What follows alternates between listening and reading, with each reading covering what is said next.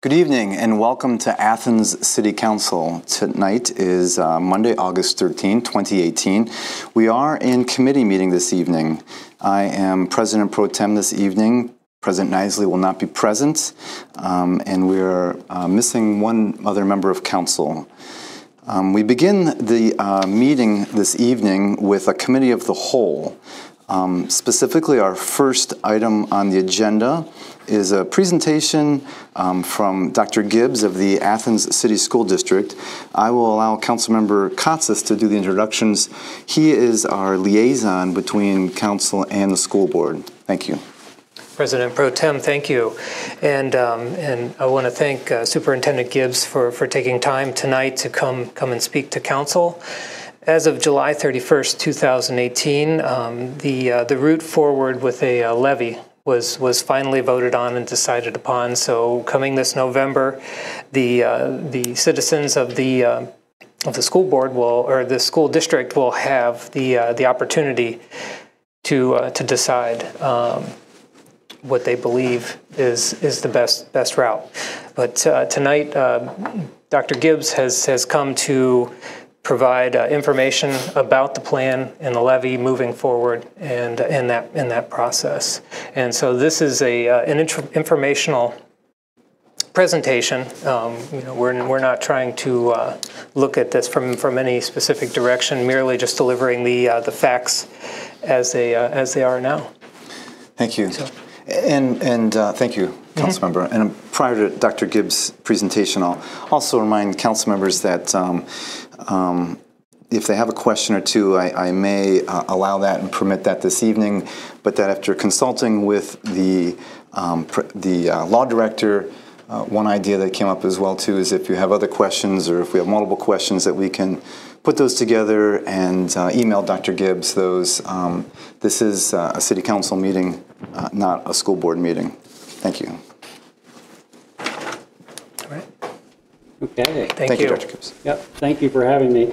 I left at each of your spaces, and for anyone who's in the audience, I left copies on the back chair here. But I brought copies of a couple of newsletters from this earlier this year. The one that may be of most interest to our meeting tonight is the one that's identified as the Spring 2018 newsletter. Everyone should have received this in their mailbox at their home. If you didn't, let me know so that I can double check with the post office and our printer as to why that might have occurred.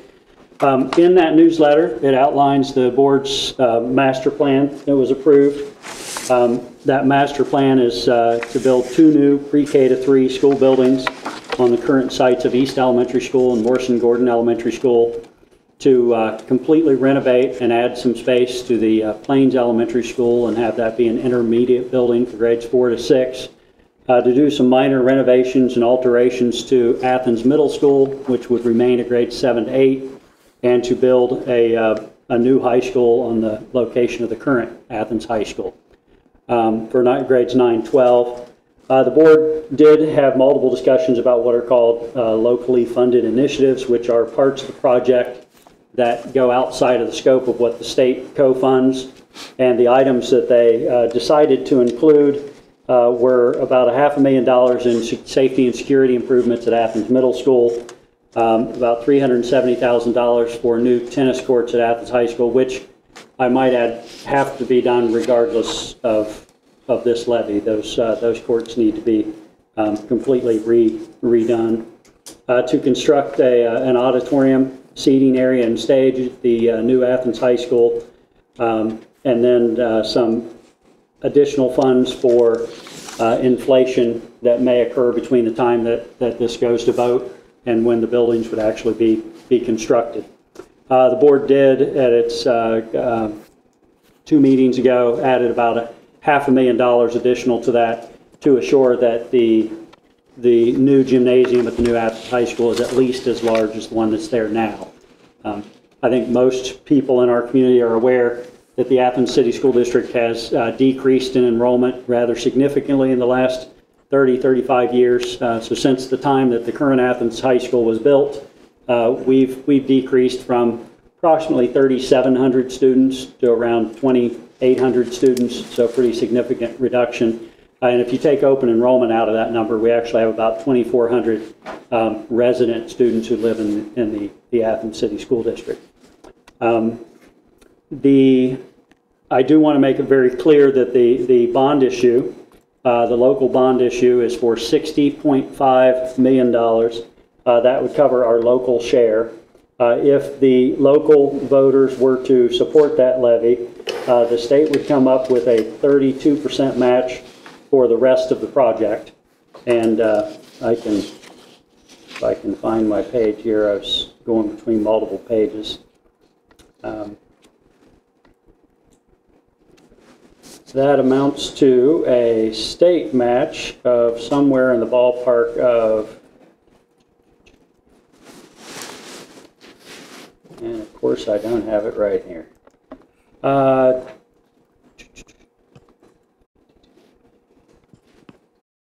It's well over $30 million. And that money can only be accessed if voters pass approve a local bond issue. The other point that I want to get across is that when this conversation started several years ago, the conversation started about the condition of our school facilities. And so this project, what's being proposed on the levy in November, is all about what happens to our facilities themselves. So the money is not intended to be so that we can reconfigure elementaries, or that's already been decided by the board. The board would like to, or intends to, reconfigure the elementary buildings as I previously described. The money that's being asked for by the board, that's being placed on the ballot, this bond issue on the ballot, is to ask for the funds to replace and repair our existing school facilities due to the fact that they are outdated, in many cases have poor performing or constantly needing maintenance, significant systems problems. So HVAC systems, roofs, electrical systems, all that are original construction to buildings in many cases that would require significant investment. And those investments need to be made separate from any conversation about how the grade levels are configured themselves. So when you go to the ballot in November, the ballot language will indicate that the millage is 5.88 mils for the bond.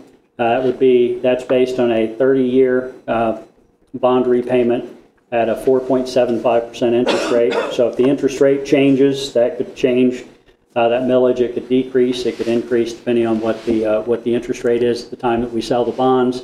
And the repayment schedule, obviously, for those of you who have some experience in public finance selling bonds, you don't know until you go to sell bonds as to what that exact payback cycle is. Peter, is there anything else you wanted me to share with the? Thinking about this over the weekend, I think that the citizens of the district would probably be most interested in knowing what's it going to cost them. Okay, so it depends on the value of your home, right? So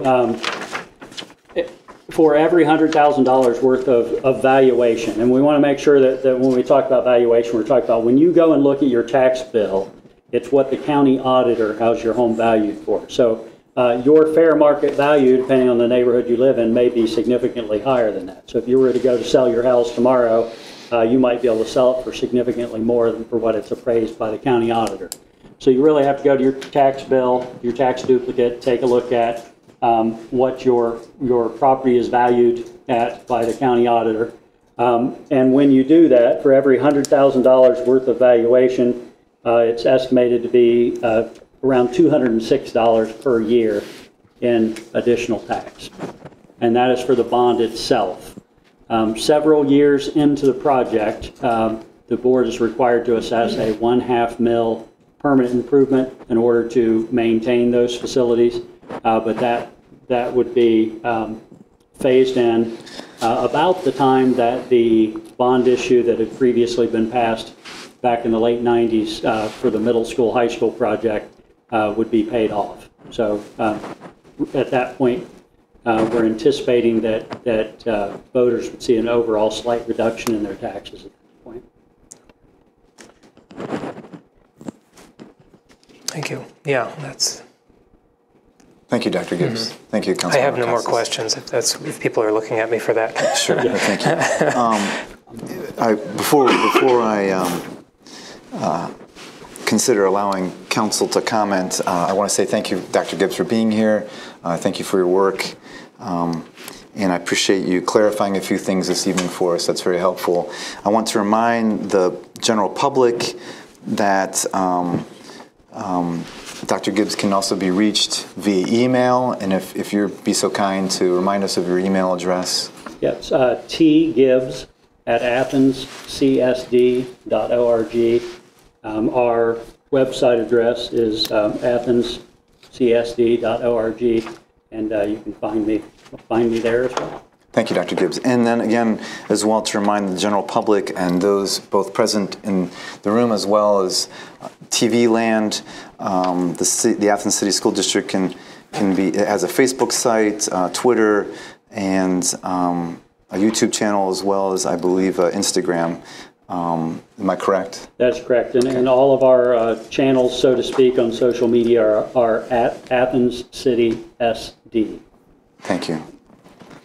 I will entertain a question or two, but before we do so, I want to remind council members that this is solely on the information that we have in our hands, as well as what Dr. Gibbs has commented on. If you want clarification, and I believe Councilmember Fall had, and then we'll follow it up with Councilmember McGee. Thank you.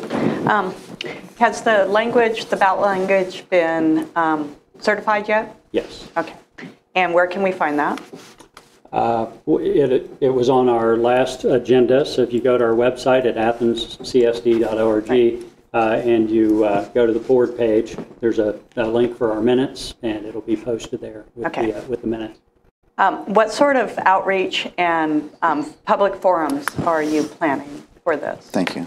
So keeping in mind that we've had 2 years of very extensive public meetings on the topic, but we will have at least one more newsletter go out with information to voters. We'll have some information going out on social media. The interesting thing about public school levies is that I cannot, in my official capacity as superintendent, ask folks to either support or endorse a levy, and I cannot use public funds to do so. But you can educate people. I can provide information, and we will do that. Are you going to go out like to Chansey or Millfield to have small group forums with the people out there? And what other ways are you going to outreach for people who don't have internet? So again, we'll have another newsletter go out. It'll be mailed to every mailbox in the Athens City School District so that everyone has something in print. We will use some social media. We have been having our meetings at Athens High School to make it more accessible to throughout the district. We'll have to continue to have a conversation with members of the board in regards to whether they'd like to host meetings at individual building sites. Right. And what's the guarantee? Do we have a guarantee of state matching funds, or is there a possibility because of whatever that they may not come through with the funding? So the specific question was asked of folks at the Ohio School Facilities Commission last week: has there ever been a school district that passed their local bond issue and did not receive their state match? And their answer was no, that's not occurred. The timeline can change a little bit because you have multiple districts going on the ballot at the same time, and depending on who passes in what order determines then at what point in the process we would get our state funds. Thank you. Thank you. Thank you. And one last. I've had multiple people come to me and want different ways to get in touch with school board members, like through phone numbers and stuff, because some people do not have internet where they live. And so I've been trying to get an alternative so that everybody can have a voice in this discussion. Thank you. Our office phone number, 740-797-4544. If there's a particular board member someone would like to speak with, they can call and leave a message with my secretary, and we'll make sure that they get a call back if there's a specific person that they'd like to speak with. Thank you, Councilmember. Thank you, Dr. Gibbs. Councilmember McGee. Thank you, Acting President. Superintendent Gibbs, thank you for addressing us tonight. I had a question concerning the autumn 2017 handout that you had given us. In it, it indicates that the OFCC, which is the Ohio Facilities Construction Commission, had found that all the schools were beyond the crucial 2/3 mark, and that means that it costs nearly as much money to repair and update the buildings as it would for construction of the new facilities. My question is basically, has that information been made public as to what they base that on? And when you use a word as nebulous as nearly, do we actually have figures that we can compare? Yeah, well, the figure is that what the state uses is 66%. And just to respectfully, just to make sure that we read this, it's Athens Middle School and the Plains Elementary School are not over that 2/3, which is why those two buildings are being recommended to be renovated and reno adds as opposed to brand new builds. East Elementary School, Morrison Elementary School, Athens High School, West Elementary School are all over that 2/3 mark, which means that it would cost at least 67% of the cost to build new as to renovate those buildings. If you are a person who really likes to dig into the numbers, if you go to our district website at athenscsd.org, and on the left-hand column there's a page that says facilities planning. When you get to that page, there's a button on there to click that has materials, and in those materials is a copy of the state assessment for every building. So what they do is they send a team of engineers through and they look at every system in the building. They look at the electrical systems, the HVAC, the roofs, the windows, the furnishings. You name it, it's a very comprehensive look. And they compare those to what current state standards are. And so then they make an estimate in regards to what portions of those of the buildings need full replacement, what parts of the buildings could be done with a reno or just replacing that part, and then they do add up all of those costs and do a calculation of comparison of what it would cost to renovate versus what it would cost to build new. And if it's over 2/3, then they recommend that districts build new. And by and large, they do that because with a renovation of a building, in some cases, we have a couple of buildings we're talking about that are 50 years old, in one case 100 years old or close to 100 years old, is that when you start to renovate, there's a lot of things that you run into that then actually increase the final cost. And so in the experience of the Facilities Commission, they found that if it's over 2/3, that they recommend that boards of education build new buildings as opposed to renovate. Thank you. And again, I was mainly concerned for the access to those particular numbers. So it is available, and thank you. It is. There was one missing. The middle school was not on there until a couple weeks ago, but it is now up and live. Thank you. You're very welcome. Thank you, Councilmember McGee. Any other comments, questions briefly? Yes, thank you. Councilmember Crowell. Yeah, thank you for being here, Superintendent Gibbs. Is there any estimate as to the new facilities length of time that they will be serviceable for the community? So typically on a new build, the OFCC looks at wanting to have at least a 50-year fix. Keep in mind though that with any building, new, old, that there are certain systems in buildings that have different life expectancies, right? So sure. Part of that, I want to be very forthright with folks that we have some buildings right now that have an HVAC system, say, that are original to the construction of the building. Morrison Gordon Elementary. That building was built somewhere 1980. The cornerstone since 79. State assessment since 79. 79. So since 1979, it's had the same HVAC system. when that building was built, the estimated life of a heat pump system on a commercial building was well under 30 years. You can see that it's outlived its life expectancy, right? Because of good maintenance and ensuring that we're replacing parts they need to be replaced.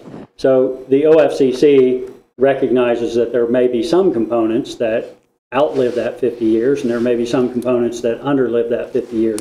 But by and large, the building itself would have a life expectancy of at least a 50-year time period. Thank you. Thank you. Thank you, council members. If there's no further questions, I want to say I thought the questions I appreciate were very thoughtful. Dr. Gibbs, thank you for taking time to answer them and address them thoroughly. Again, Councilmember Casas has done his due diligence and has kindly reminded us on a regular basis when school board meetings take place. And again, school board members are elected officials as well. So those are all friendly reminders to participate in the civic engagement that makes our community great. Our next meeting will be August 23rd at Athens High School, most likely in the library. We'll also be celebrating our Athletic Hall of Fame event that evening as well. So if folks also would like to attend that event, call the high school and RSVP. Thank you, Dr. Gibbs. Thank you. Thank you. Thank you. Thank you, everyone. We don't expect everyone to stay for the whole meeting. Moving on with the agenda this evening, in Committee of the Whole, we have Jeff Reisner leading a discussion regarding the state budget surplus and potential resolution. Thank you. Thank you, Mr. President Pro Tem. I think all of us on council receive an email newsletter from the Ohio Municipal League, the OML, and they send out what they call legislative bulletins, give us updates of what's happening concerning legislation at the state level that will affect communities such as ourselves. They've just recently sent one which states that, excuse me, my eyes are giving me some problems here, that is encouraging us, not just Athens, but other local communities to take some action dealing with what's happening at the state. At this moment, our Ohio Governor, John Kasich, has proposed to use a projected budget surplus of $147 million at the end of the biennium to fund an income tax withholding reduction, okay, another tax break, and bring the state's rainy day fund to its maximum legal limit of, which I believe is being an additional $67 million. All well and good, except over the past few years, the state of Ohio has been cutting our local government funds. I believe it says here in calendar year 2015 alone by $435 million. Well, this is these cuts have really hurt local municipalities' budgets. We are hurting. As most people know, we derive a majority of our city income from our city income tax, but to make up the difference, and there is a significant difference, we have relied on the local government funds, which are taxes that are raised from people here in Southeast Ohio. It goes to Columbus and then was redistributed back down to different communities. The state of Ohio recently has decided, they're not going to do that anymore, and we are hurting. So the Ohio Municipal League is urging us to pass a resolution and for the administration to perhaps send a letter to the governor. I was hoping that the resolution wording itself, there's a draft that they're suggesting, would be on our drive. Apparently it didn't happen, but all of us have received the OML newsletter. There are links that we can click on and see it. I printed off a copy of the resolution, and it's I will read this. Whereas the mayor and council have been advised of Ohio Governor John Casey's proposal to use the projected state of Ohio budget surplus of $147 million at the end of the biennium to fund an income tax withholding reduction and bring the state's rainy day fund to its maximum legal limit. And whereas the Ohio General Assembly has repeatedly decreased funding and revenue sharing in recent years by ways of significantly reducing the local government fund, eliminating the estate tax, which I'm still angry over that one, and phasing out the tangible property tax.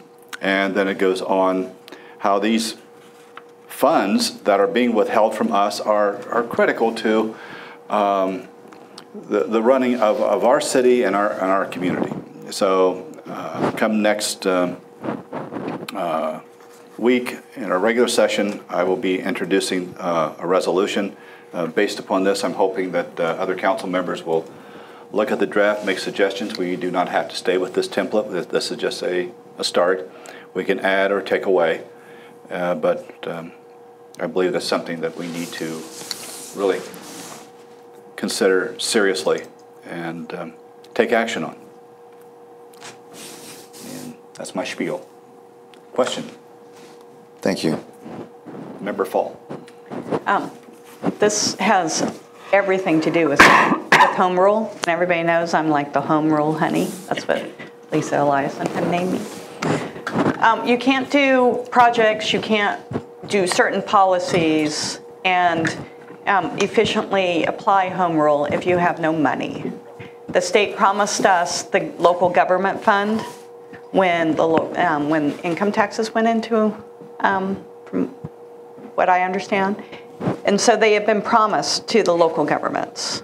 And we basically what the Kasich administration is talking about is another transfer of wealth from poor communities like Athens, Athens County, Marietta, Portsmouth, and giving another tax break to wealthy people who don't need it. And we need it. We are hurting down here.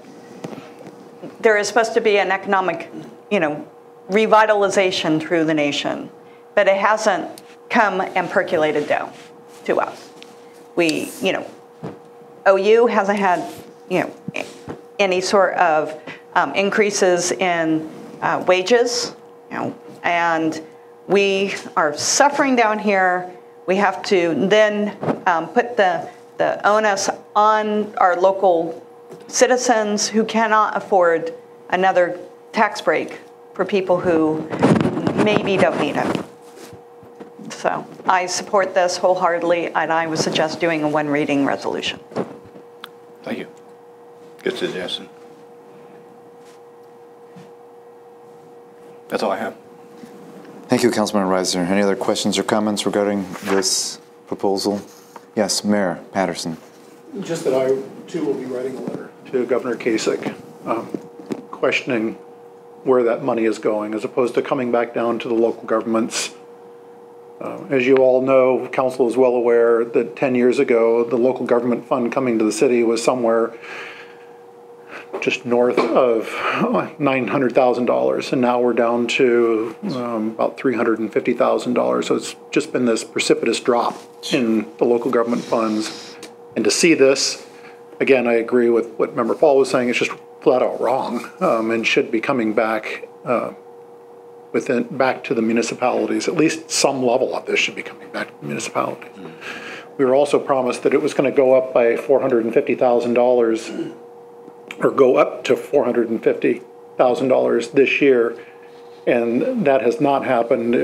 That money was diverted and sent somewhere else, and that's questionable as well. So I too will be writing a letter to the governor. Thank you, Mayor Patterson. You're welcome. Any other comments?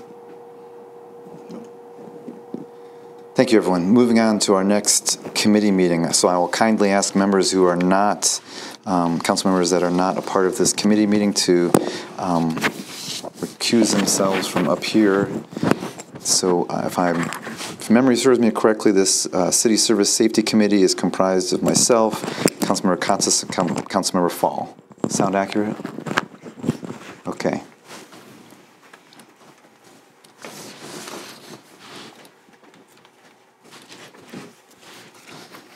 The first bullet point for this evening's City and Safety Service Committee is the Athens Municipal Arts Commission.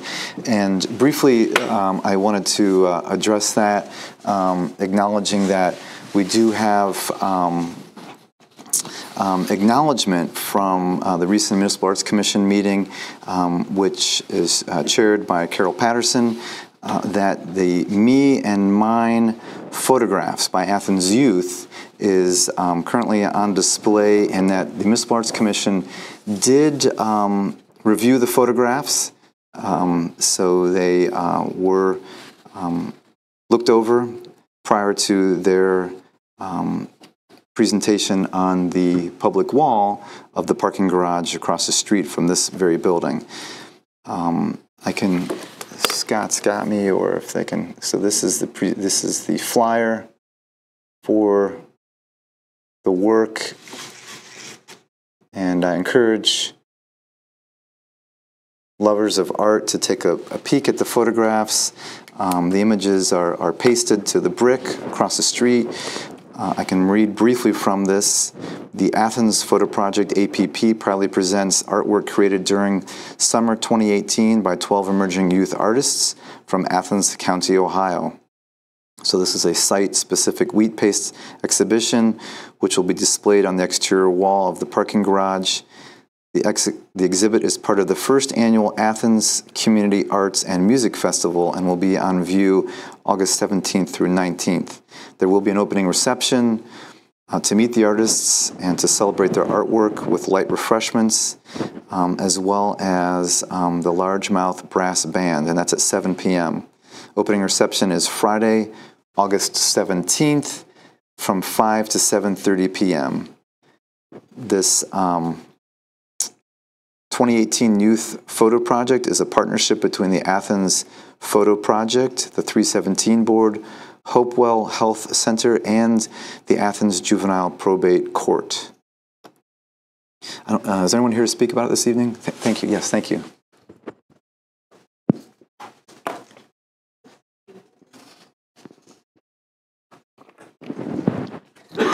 Thank you.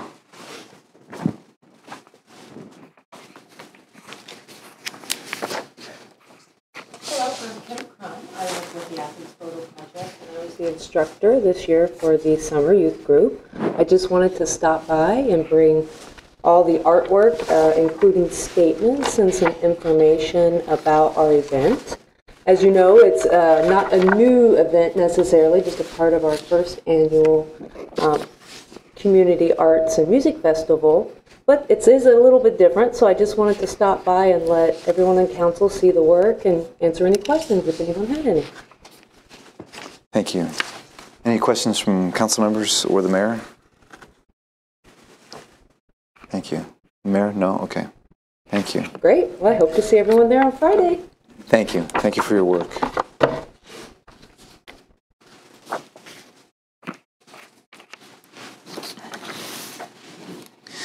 Secondly, on the agenda this evening is an update on a mutual aid agreement between Hocking College Police Department and the City of Athens and our police department.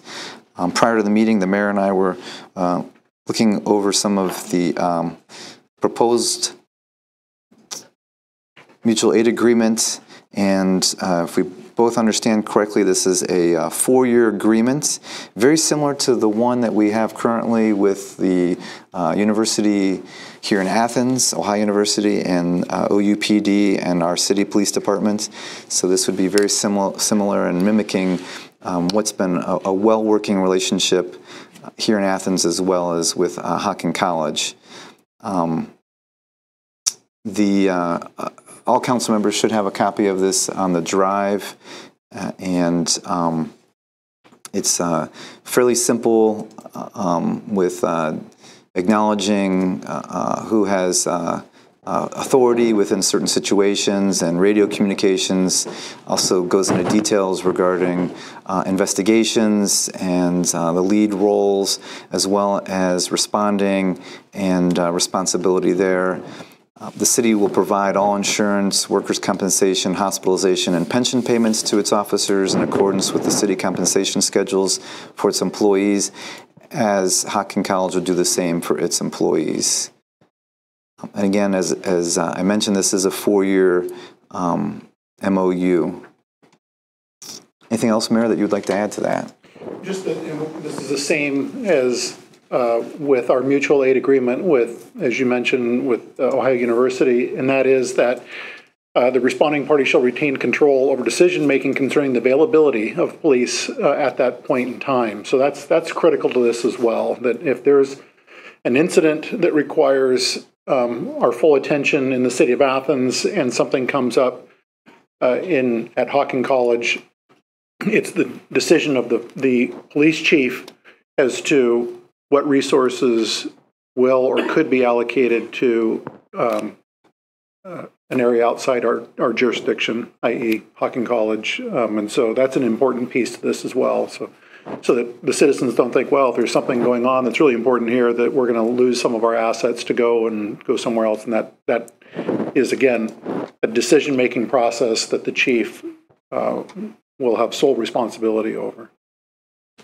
Thank you, Mayor Patterson. So this is no different, though, than, again, the mutual aid agreement that we have with Ohio University. Thank you. Thank you, Mayor Patterson. Any questions or comments from committee members? Councilmember Fall? Okay, thank you. That concludes the City and Service Safety Committee. We now move forward with the Planning and Development Committee, which is chaired by Councilmember Fall. And any other members present for that committee are welcome to rejoin us up here at the dais.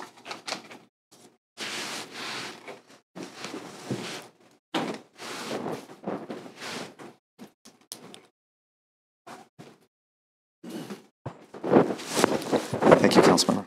Thank you.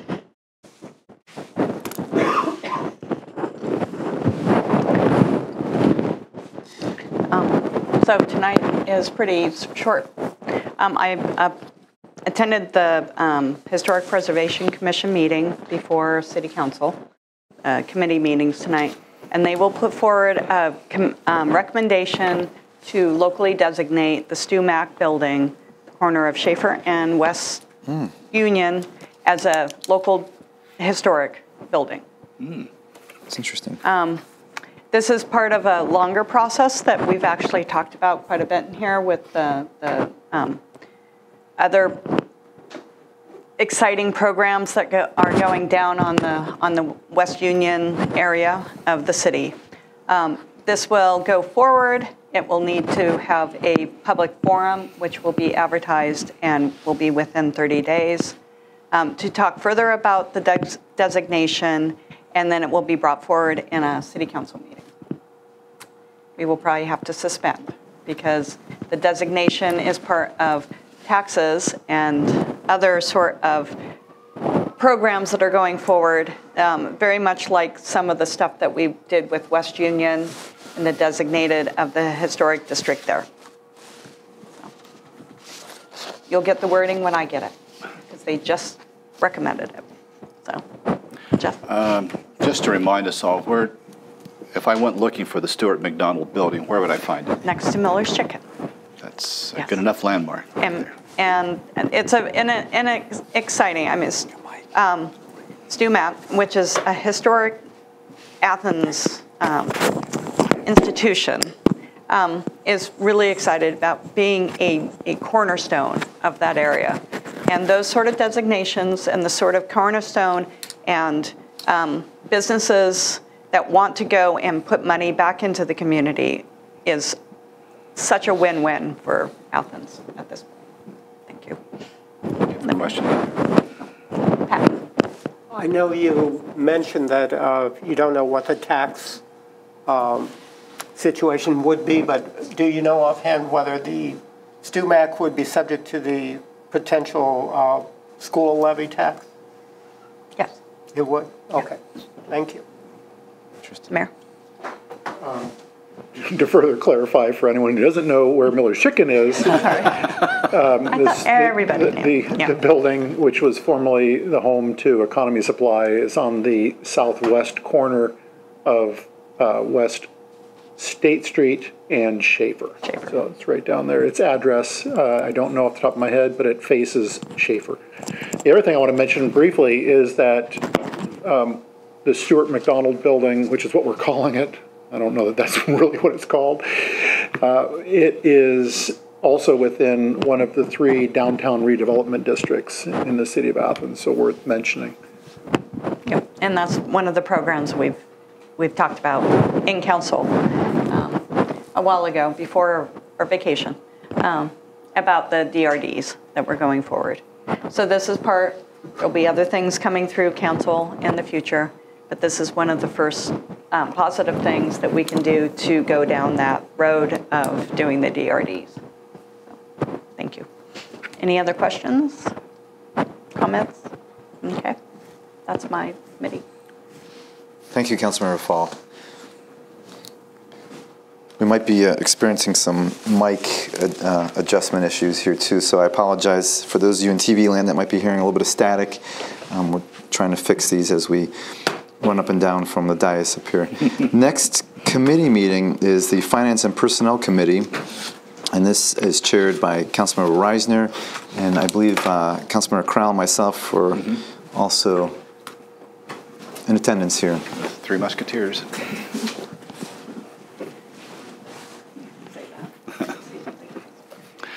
Thanks. Thank you, Mr. President Pro Tem. Finance and Personnel Committee has several bullet points here to go over. First bullet point, staffing amendment. And I think in the audience we have the auditor hiding back there. Briefly, what's happened is we have employees who are classified as part-time employees, and they work mainly at our cemeteries. And I believe when our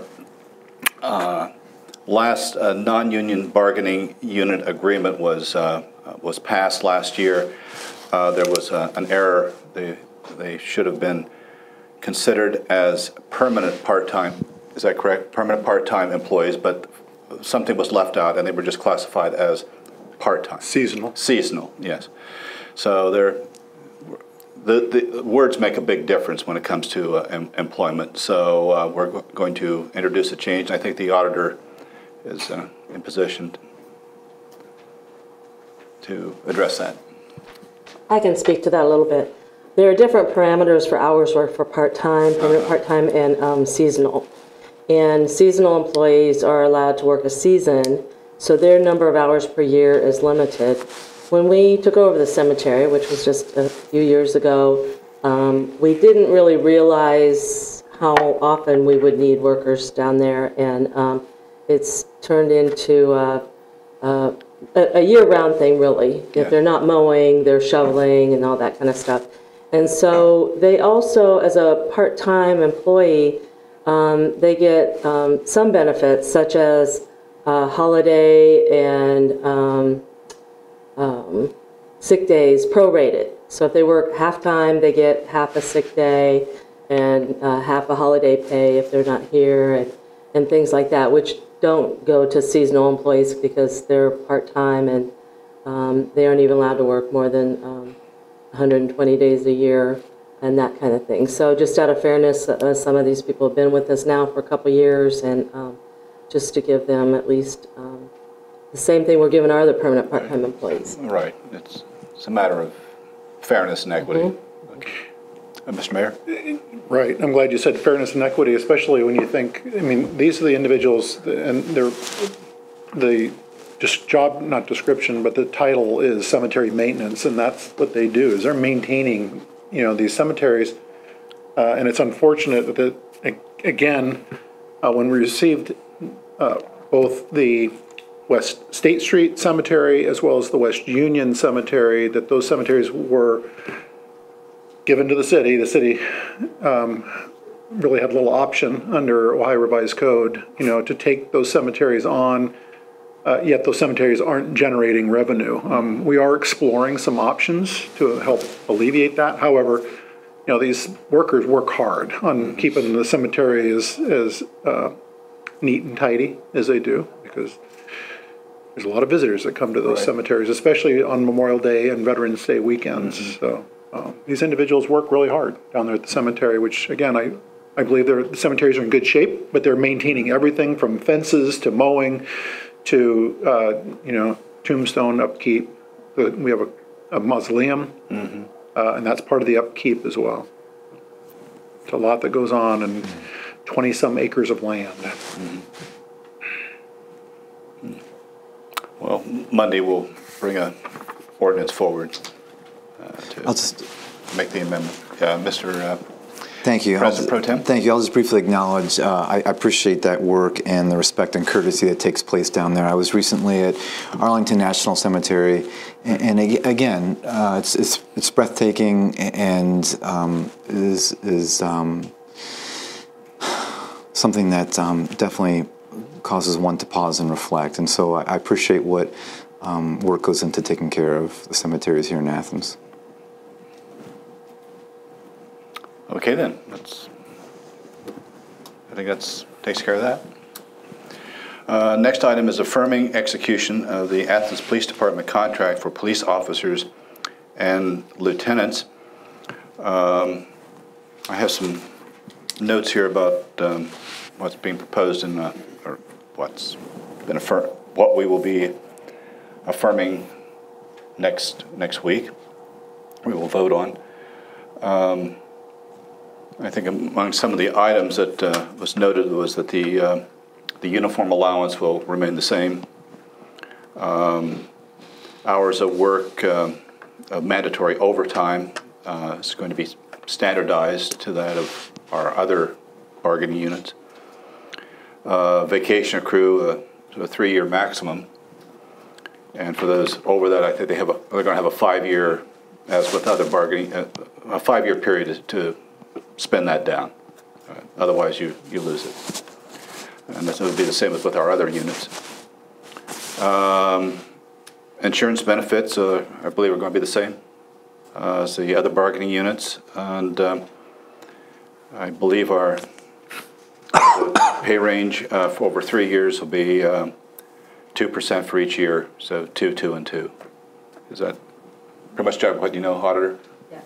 Okay. Is there anything else you'd like to add to that? I don't think so. I think you hit on the important ones. Mostly we're looking at the items that cost us more money. Right, right. And I think they did a good job. Yeah. Mr. Mayor, do you have any comment? No. Okay. Any comments from the committee? Okay, so we'll be, that'll be a resolution affirmation. Does that require an ordinance or just a resolution? I know we've done this before, but It's been an ordinance before. okay, ordinance it is then. That sounds about right. We can confirm that with clerk. Yes, it's difficult to run a meeting without our clerk here. The institutional memory is gone. So that should take care of that. I don't know if I'm looking at there's been a change on the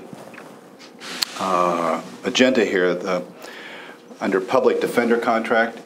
We were going to discuss it, but none of us have seen that contract, so we're not in a position to even comment on it, let alone discuss it. So until we get the contract itself, and I think we'll probably get it sometime next week, we'll pass it around and then we'll discuss it at our next committee meeting. Then we can deal with it intelligently. Next is accepting the amounts and rates determined by the Budget Commission for general property tax. I think on our Google Drive, under tax revenue, there's a PDF. This will be brought forward as a as an ordinance when we accept this, but essentially it works like this. The city of Athens lies within two different townships. We're within Athens Township mostly, and we take up almost all of it, and then a little sliver of us goes over into Canaan Township. The city of Athens does not have a property tax. We do not levy a property tax. The county of Athens levies a property tax. But because we are doing the work of maintaining the streets and roads and bridges that within those townships, or at least the parts that we are in, we are reimbursed through the property tax to take care of the roads and things. So a budget commission gets together and decides, well, okay, how are we going to do it? What's your share in this, that, and everything else? They work it all out, and here it is in black and white. And to get to the bottom line, from the levy general fund, Athens Township, effective rate 2.6 mil. The estimated revenue to be given to us will be $916,528. From Canaan Township, 2.4 mils will amount to $37,490 for a grand total of $954,018. That has been calculated. So what we have to do is have an ordinance that says, well, we accept these figures. And that's what we will do come Monday. Anyone have any questions on this? Because I've just told you everything I absolutely know about. So.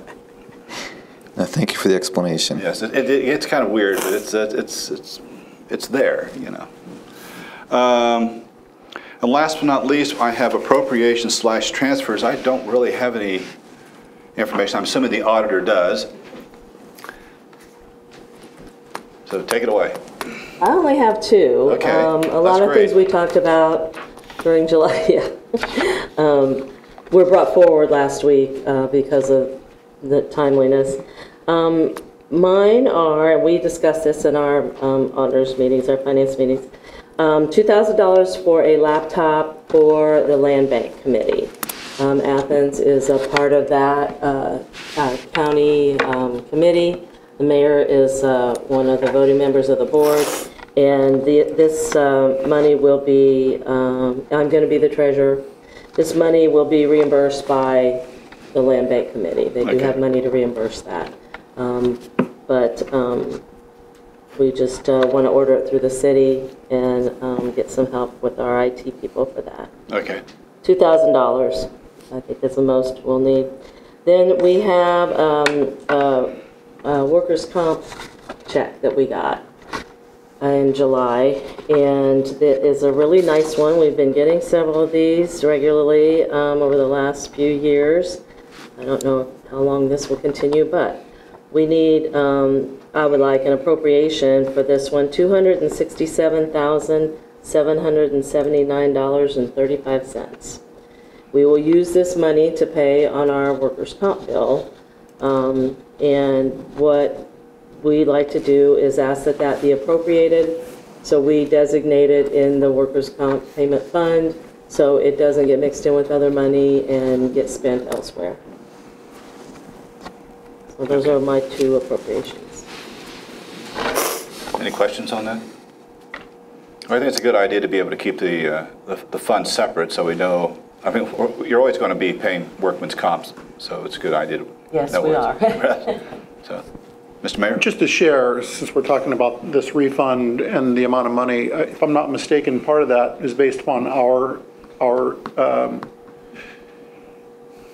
workman's comp within the city, and we had, which was great, just to share with everyone, we were recognized as having a 25% reduction in workman's comp claims in the city of Athens.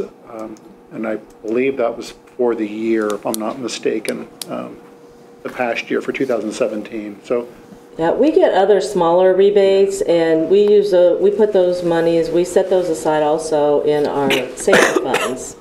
We keep a spreadsheet to track those monies for things that we do, like Safety Day and other, things that we do for safety purposes. These larger amounts that we've been getting, and the county gets them, and it's a statewide thing, are kind of based on the amount of money they have available, that, you know, they don't have a use for it. And so it needs to come back to the people who've been paying it, because we pay several $100,000 a year for our workers' comp payments in the city, and as do many other entities, and certainly more than we do. But we do have a very good track record and get discounts regularly because of our track record and things we do. And we make payments typically twice a year. Yeah, we used to always do one, and we probably will get back to that, but when they changed our payment schedule as proactive, we really didn't have the money to pay it all up front. And so we have that option, but we pay twice a year now. And, you know, one of these times maybe we'll get back on that once a year thing. It's a little easier when it's after the fact and we've collected the money from everybody to make those payments in advance. So. And there's a benefit, essentially a credit you get for early payment as well, which we've been doing that. I have to give credit to Auditor Hack for us making those payments early so that we can get that credit, because you pay in full if you don't. We do. We get a 5% credit in the spring for paying early. That adds up. Yes, it does. Question from committee? Very good. Thank you very much. Thank you. Thank you, Auditor Hack. That's it. I have nothing further. Thank you, Councilmember Reisner. That leads us to the last committee for the evening, which is the Transportation Committee, which is chaired by Councilmember Pete Katsas. I believe Councilmember Crowell, you're also on that as well, and Councilmember McGee.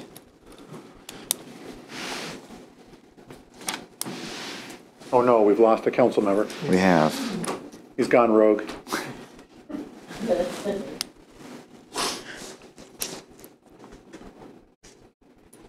Okay. Are we ready? This will be, well, at least the first point will be really quick. I think the second one I'll do a little bit of explaining, but the first point tonight is the ODOT sign replacement. This is and so the Ohio Department of Transportation would like us to pass some legislation about some work they would like to do within the city limits. It's on a little bit over a 3-mile section, includes sign replacements on US 33, US 50, and State Route 682. They don't give the exact location. I did have a quick call-in with our Public Works engineer, Robert Hetty, and he was telling, so in the cover letter they say it's a extrude sheet sign, and so learning those are the large overhead signs that you have on the 4-lane highways. And so some of those will be changed out. They're going to change some of the wording on it. Like for example, County Road 25 will be changed into Rock Riffle. So I think they're thinking through what's on there right now and seeing if they can better convey a message in those signages as people are traveling. But as usual, this is just a formality for them to do the work. There's no cost to the city. It just happens to happen within our city borders. So, is any questions? Mayor, are we okay? Okay. If there's anything else to add there. I had to look up what extrude sheet was myself. The only reason I know it is because it's right here on the front of this one. You nailed it. It's the horizontal panel signage. Yeah. Okay, then moving on to the second point, and this one, I think we are all wrapping our heads around this one at this point, but I think we have an exciting opportunity here. And so this is it's an MOU between the City of Athens and Drive Ohio. And so within the MOU, the 5-page document that's on your drive, the first whereas explains what Drive Ohio is. It is a newly developed department that is housed within Ohio Department of Transportation. It was just formed this year by executive order, and it is tasked with promoting the development of autonomous and connected vehicle technology. And so members of Drive Ohio had a meeting here in Athens a little over 2 weeks ago. In that meeting was administration, Police Chief Pyle, Fire Chief Reimer, and also Ohio University planner Shauna Bolin. And they were all looking at, Drive Ohio is looking for sites to test driverless vehicles. Now, just to get everybody on the same page, there will be a driver on board. We're not going to have robots starting to drive our streets. It would be a designated loop or route that would be used as a test site, and it would also. My understanding is that it would be a transit shuttle of some type that would be doing this. The reason Athens is attractive to Drive Ohio is that, and it's on the second page of the MOU under Section 3.2. There are a couple attributes they're looking for: population density, geography, the presence of signalized intersections or roundabouts. So those are 3 of the 6 points that they were that were identified within Athens. And so the bottom line is this MOU is not signing us up for anything. It's basically saying that the city is interested as a test site. If we were selected by Drive Ohio, we would have more legislation that would come in front of council that we could review, because right now Drive Ohio doesn't have their side hashed out, nor does the city have a route selected. So this is all kind of in its infancy. So we're trying to just basically sign up for something that could leave behind some infrastructure that would be paid by the state within the city of Athens. So we see that as kind of the lasting asset that we could see from this, and also just participating in what could be one of the new modes of transportation. I'm sure we have questions. Member Katsas, thank you for that explanation. I see that in the supplemental materials you provided to council, there were some maps from the city of Columbus about possible routes. Correct. Has there been a route developed for our community? I'll let the mayor talk to that. We're exploring several possible loops because, as Member Katsas was indicating, this would be for an autonomous shuttle.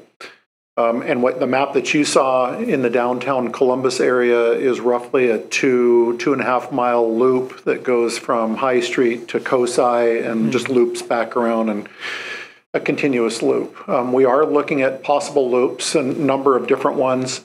What I think makes us unique, as Member Katsas was mentioning, is several things that fit well. There's several items on here, 6, that they're looking at. It says the municipality will determine, in consultation with Drive Ohio, the unique attributes in the municipality municipality that can promote testing within your municipality. Specific weather patterns, we kind of have that. The availability of connected vehicle infrastructure, and there I think this is what Member Katsas was kind of hinting at, is we do have our conduit that has the ability for us to thread fiber through there with, which again, I don't know the full details of what kind of infrastructure they need to do this, whether it's above ground or would be linked via fiber. But that I view as an asset. As Member Kotz has said, population density, well, we've got a rather large student population here in the uptown area, city period. Geography, the presence of signalized intersections, roundabouts.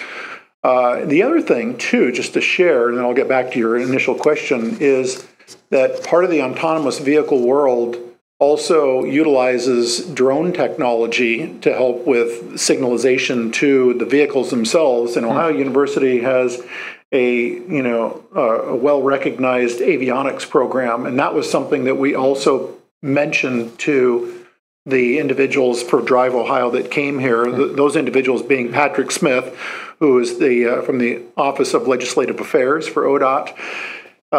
Jim Barna came down here. He's the executive director for Drive Ohio. Peter Voderberg, he's the managing director for regulations and policy of Drive Ohio.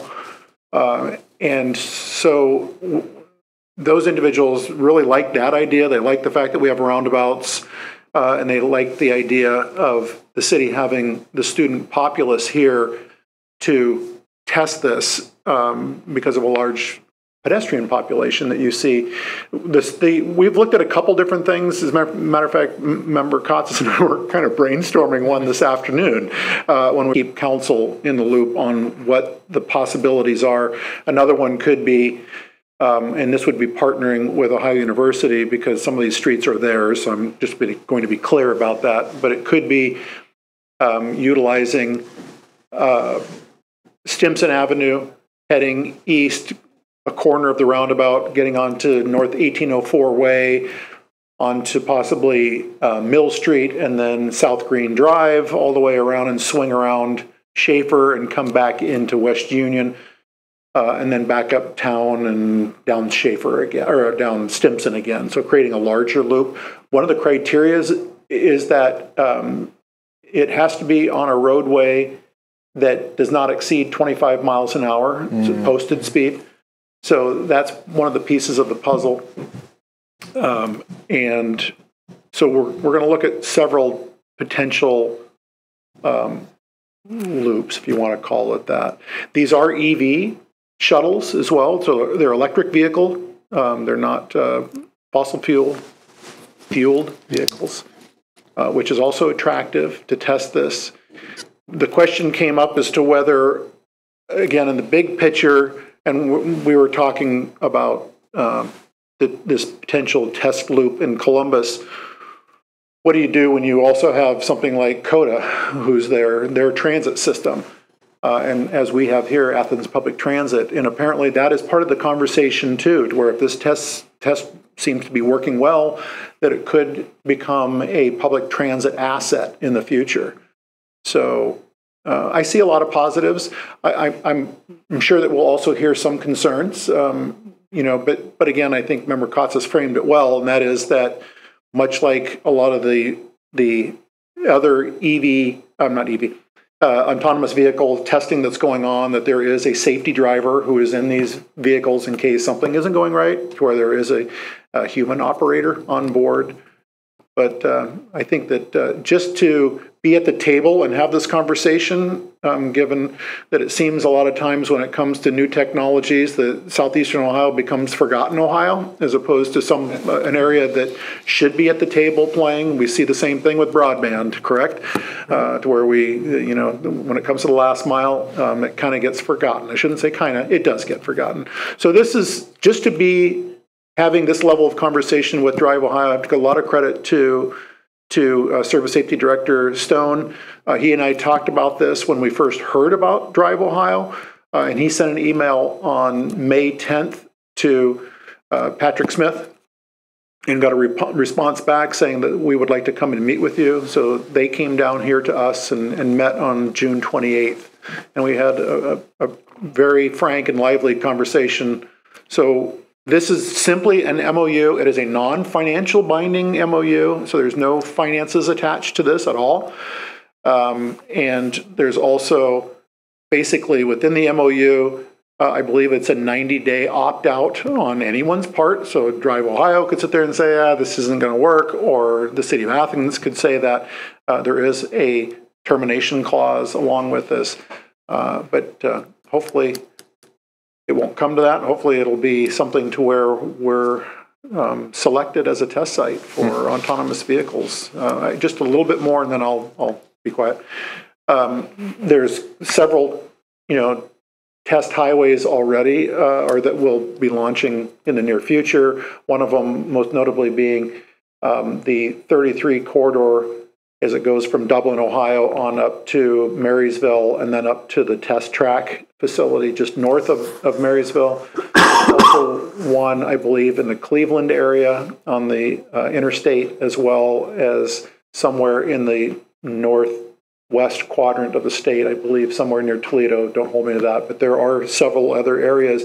But again, those are for, by and large, testing freight, caravans that are autonomous as well. This would not be that. This would be, again, looking at a shuttle for transit. Thank you. Okay. Do we have any additional, any questions? No? Okay. If I can bring everybody from the future back to the here and now, I think we're done. Thank you, Councilmember. Thank you to all those that are present this evening, as well as those of you that tuned in on TV land. We are adjourning on or around 8:13, according to my watch, 8:15 on the wall here, p.m. Thank you again. This was general meeting of committee meeting on August 13th, 2018. Have a good night.